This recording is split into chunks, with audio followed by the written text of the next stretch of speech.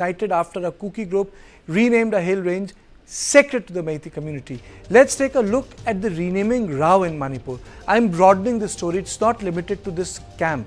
It's a bigger story. Churachandpur's name was changed to Lamka in many official records. Lamka was used in official documents of Bir Tikendrajit International Airport.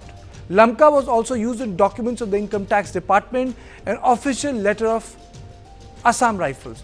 10 villages in Jiribam were given new names without official consent.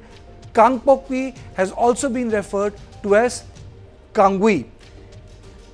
Thangjing Hill Range was also renamed as Hauke Preserve Forest. Thangjing Hill renamed as Thangting Camp by Kuki Army. 5 Meiti villages in More were given Kuki names. Mure, Leikai and Mure Turel were renamed as Shikim village. Mure, Kunau, Leikai renamed as Yangom village. Leki Bazar renamed as the Monfai village, and More, Premnagar renamed as Paicham village. The Manipur government initiated action under the Manipur Name of Places Act 2024 against the Kuki National Front, a militant organization that had installed a signboard at the base of the Thangjing Ching hill, renaming it as Thangting Camp of Kuki Army. After the renaming, images surfaced. Several Meiti groups expressed their anger over social media sites as the place is sacred to the Meiti Hindus. What is Sanamahism? I'll explain you.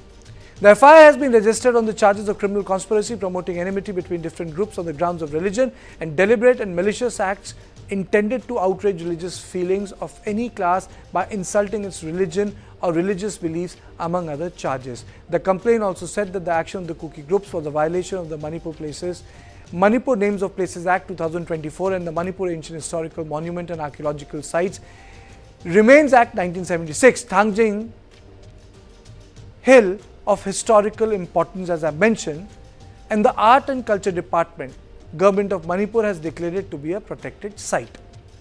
Moreover, the group's actions are seen as a violation of the suspension of operations agreement as they ventured out of their designated camps and claimed the hill range as their own, contrary to the terms and agreement, which also requires them to deposit their arms and respect the territorial integrity of Manipur.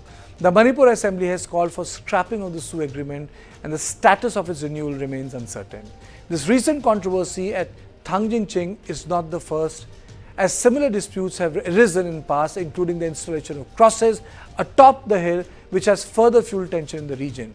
So the question is, how do you resolve this issue and bring communal harmony? But my larger point is that Sanamahism is very integral to Manipur, and it really needs to be respected. Brijesh, closing comment. Well, absolutely. And I think, what is happening here is also being seen by the dominant community, which is Meitei community here, is that when you rename a particular piece of land or when you rename a particular area, basically it is seen as an appropriation of that particular land. And when already tension running high between the two communities about shrinking of land which is available to Meiteis and massive land which is the hills which is there for the Kukis, this further strains the tie between the two community, and the Meitei community feels that by renaming and laying claim to the land which is holy to them, it is further assertion of the land grabbing situation which is being done by the Kuki. This belief will further lead to tensions and may spoil the situation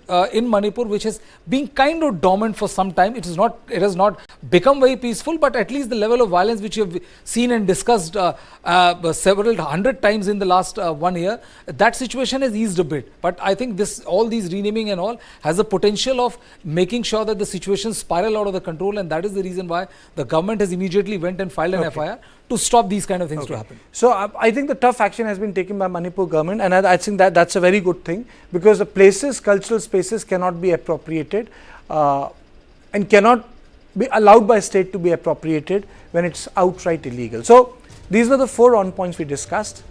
I leave you with other 5 on points which I promised at the beginning of my show. Good night.